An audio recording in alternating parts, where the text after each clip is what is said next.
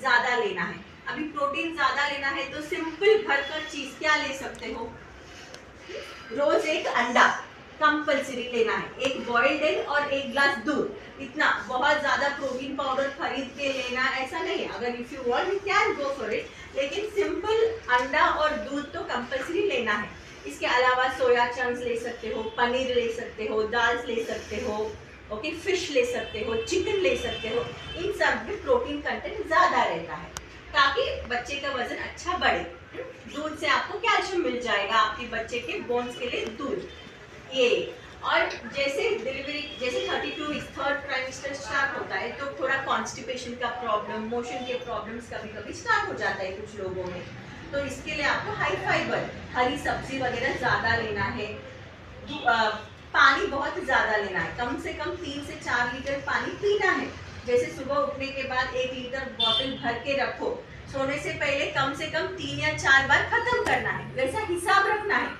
वरना आपको लगता है कि आप ज्यादा पी रहे हो, लेकिन हर खाने के बाद 1 गिलास पानी पियोगे तो भी दिन के 6 या 7 ग्लास हो जाता है। 1 गिलास लगभग 250 ml का ही रहता है, तो वो 3 लीटर नहीं होता है। तो हिसाब रखना है, क्योंकि एंड में कैसे वैसे भी प्रेगनेंसी में इन्फेक्शन के चांसेस ज्यादा रहते हैं, यूरिन इन्फेक्शन और कॉन्स्टिपेशन। तो इसीलिए पानी ज्यादा पीने से यूरिन इन्फेक्शन के चांसेस भी कम हो जाते हैं, कॉन्स्टिपेशन का प्रॉब्लम भी कम हो जाता है। ओके, तो पहले तो पानी बहुत ज्यादा, लिक्विड ज्यादा लेना है, 3 से 4 लीटर।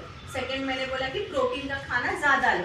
थर्ड मैंने बोला कि हाई फाइबर मतलब हरी सब्जी वगैरह ज्यादा लेना है। इससे क्या होता है, ये सब घर के नुस्खे हैं, घर पे ही आपका मेजर ट्रीटमेंट मिल जाता है आपको। नेक्स्ट क्या करना है, बहुत तेल का खाना, स्पाइसी खाना, ये सब अवॉइड करना है। और जैसा आपका 7वां 8वां महीना स्टार्ट हो जाता है, प्रेगनेंसी का पेट जैसा बढ़ता है, एसिडिटी के प्रॉब्लम स्टार्ट हो जाते हैं। तो इसके लिए हमेशा गैस की गोली, पैंटॉप, ये सेकेंड, पहले डाइट। तो इसके लिए क्या करोगे, जैसा मैंने बोला तेल का खाना, बहुत स्पाइसी ऑयली खाना कम करना है, नॉनवेज मसाला डाल के बहुत ज़्यादा मसाला खाना ये सब अवॉइड करना है। खाली पेट पे चाय पीना अवॉइड करना है, मैक्सिमम चाय अवॉइड ही करना है। लेकिन चाय पीना भी है, कुछ लोगों को आदत रहती है, नहीं छोड़ सकते, हेडेक वगैरह स्टार्ट हो जाता है, तो नाश्ते के बाद पी लो चाय, लेकिन खाली पेट पे नहीं, हर 2 घंटा नहीं।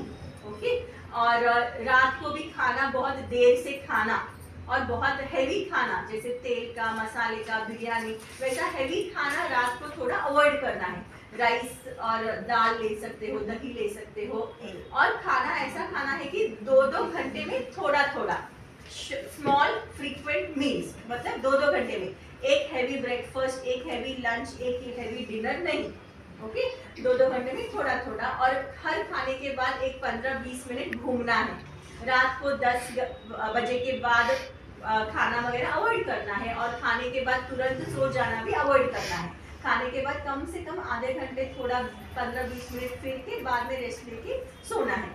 ओके, इससे क्या होता है, एसिडिटी की प्रॉब्लम भी कम हो जाती है। तो ये सब आपका डाइट, वरना घर का खाना सब कुछ ले सकते हो। और इस ट्राइमेस्टर में ज़्यादा बाहर खाना वगैरह अवॉइड करना है, इन्फेक्शन हो सकता है, लूज मोशन स्टार्ट हो सकती है, इसलिए बाहर का खाना अवॉइड करना है। तो ये रहता है आपका पूरा डाइट के बारे में।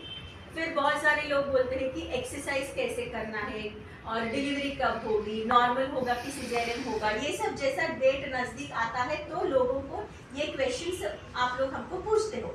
तो डिलीवरी कैसे प्लान करते हैं, यूजुअली 37 वीक्स पे। ओके, जब आपका 9 महीना कंप्लीट हो जाता है और हम लोग सोनोग्राफी कराते हैं, बच्चे का पोजीशन देखते हैं, पानी कितना है देखते हैं, बच्चे को खून कितना जा रहा है, जो हम लोग ड्रॉपलेट स्टडीज बोलते हैं ना, खून कितना जा रहा है वो सब देखते हैं। अगर वो सब अच्छा है, जैसे बच्चे का सर नीचे है, पानी अच्छा है, खून भी बहुत अच्छी तरह से जा रहा है, तो 37 वीक्स पे हम लोग यूजुअली नीचे से चेक करते हैं, रास्ता सब ठीक ठाक है क्या देखते हैं। तो हम लोग आपको डिसीजन बोलते हैं, हाँ स्कैनिंग सब अच्छा है और नीचे का रास्ता भी अच्छा है, हम लोग नॉर्मल ट्राई कर सकते हैं। तो 37 वीक्स से 40 वीक्स तक डिलीवरी 37 वीक्स के बाद होनी चाहिए, 9 महीने खत्म होने के बाद। ठीक है, तो 37 to 40 वीक्स हर हफ्ता हम आपको बुलाते हैं, हर हफ्ते हम लोग अगर नॉर्मल का ट्राई कर रहे हैं तो नीचे से चेक करके बच्चे का जो रास्ता रहता है, जिसको हम लोग सर्विस बोलते हैं, उसको हम लोग उंगली डाल के स्ट्रेच करना स्टार्ट करते हैं। और ये 40 हफ्ते तक कभी भी आपको दर्द स्टार्ट हुआ, रास्ता खुलना स्टार्ट हुआ, या कभी भी आपको लगा कि बच्चे के मूवमेंट थोड़े कम हो रहे हैं, नहीं तो कभी ऐसा लग रहा है कि पानी छूट गया, तो तुरंत उसी टाइम एडमिट करके डिलीवरी का डिसीजन लेते हैं। या सडनली बीपी ज़्यादा बढ़ गया, कुछ और मेडिकल कंडीशन स्टार्ट हुए, तो हम लोग आपको एडमिट करके डिलीवरी करते हैं दवाई डाल के वैसे।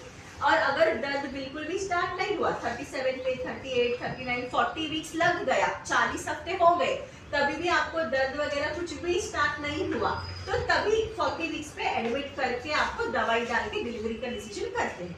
तो डिलीवरी का डिसीजन कब लेते हैं हम लोग? 37। उससे पहले अगर कुछ भी लगा, जैसे दर्द अपने आप जल्दी स्टार्ट हुआ, तो वो प्रीटर्म डिलीवरी, वो एक अलग टॉपिक रहता है। लेकिन यूजुअली हम लोग डिसीजन देते हैं 37 पे। ओके, सब अच्छा है तो नॉर्मल का ट्राई कर सकते हैं। और नॉर्मल के लिए हम लोग नॉर्मल दर्द के लिए 40 वीक्स तक वेट करेंगे। अगर 40 वीक्स तक भी दर्द नहीं आया तो एडमिट करके हम लोग दवाई डाल के डिलीवरी का प्लान करेंगे। और कभी भी डिलीवरी का अगर दर्द स्टार्ट हुआ तो तभी एडमिट करेंगे। 40 वीक्स के ऊपर ज़्यादा वेट नहीं करेंगे। लेकिन थोड़े कंडीशंस रहते हैं, जैसे कि समझो 37 या 38 वीक पे हमने सोनोग्राफी किया, उसमें पानी थोड़ा कम आ गया, या फिर बच्चे को खून थोड़ा कम जा रहा है, या फिर आपके शुगर है, या फिर बीपी बढ़ गया, तो हम लोग थोड़ा बीच में कभी भी 38, 39 वीक पे एडमिट करके डिलीवरी करते हैं। ओके, और कभी कभी आपको डिलीवरी के टाइम भी कैसा रहता है? एनेस्थीसिया। ओके, जो हम आपको दर्द एक एपिड्यूरल एनेस्थीसिया बोल के रहता है, जिसके बारे में बहुत सारे लोगों को पता नहीं रहती है। तो एपिड्यूरल एनेस्थीसिया बोल के एक रहता है। उससे क्या होता है, जब भी दर्द स्टार्ट होता है तो दर्द तो रहता है लेकिन आपको महसूस नहीं होता है। ठीक है, डिलीवरी पेन्स रहते हैं, इससे आपको महसूस नहीं होता है। तो इसका बेनिफिट क्या है? कुछ पेशेंट्स रहते हैं जिनको दर्द बिल्कुल सहन नहीं होता है, तो वो बोलते हैं मैडम डायरेक्टली आप हमको ऑपरेशन के लिए ले लो, हमको नॉर्मल नहीं चाहिए, हमको दर्द सहन नहीं कर सकते। तो इधर एक ऑप्शन रहती है एपिड्यूरल का। जैसे आपका रास्ता थोड़ा 30% ऐसे खुल जाता है, हम लोग सुन होने के डॉक्टर, जो हमारे एनेस्थेटिस्ट डॉक्टर रहते हैं, वो आके आपको पीछे इंजेक्शन से एनेस्थीसिया देते हैं। इससे आपको दर्द बर्दाश्त हो जाता है, और दर्द बर्दाश्त होने पे आप हमसे कोऑपरेट करोगे तो ज़्यादा नॉर्मल डिलीवरी के चांसेस बढ़ जाते हैं। ये फैसिलिटी भी हमारे हॉस्पिटल में है।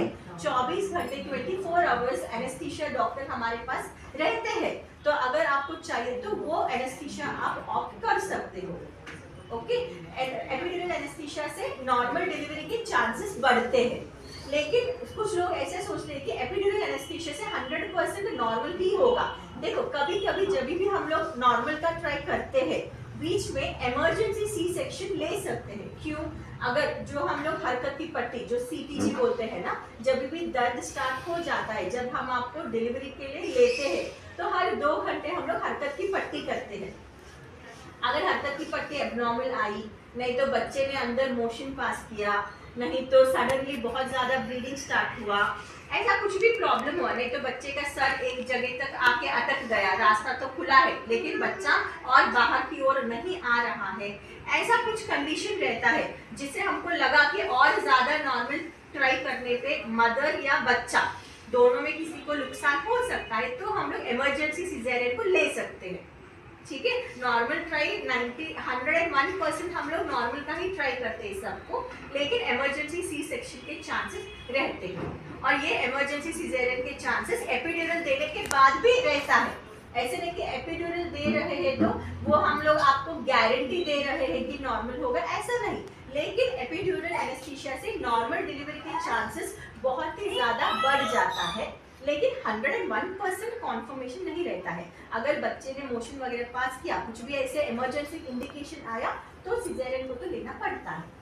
ओके, ये रहा आपका डिलीवरी के बारे में, क्योंकि बहुत सारे इंजेक्शन के कोई साइड इफेक्ट। हाँ, नेक्स्ट, इंजेक्शन के साइड इफेक्ट्स नहीं रहता है, क्योंकि मैंने कुछ पेशेंट्स को ऐसा सुना है कि वो इंजेक्शन लेने पे बच्चे को बहुत ज़्यादा रैशेस हो गए, मैडम बच्चे को ये हो गया, नहीं हो, बिल्कुल भी नहीं। एपिड्यूरल एनेस्थीसिया सेफ एनेस्थीसिया है, इसलिए हम लोग एडवाइस करते हैं हाँ, थोड़ा बहुत कभी कभी बच्चे के धड़कन वगैरह थोड़ा कम हो सकता है, लेकिन उसके वजह से हम लोग हरकत की पट्टी करते हैं।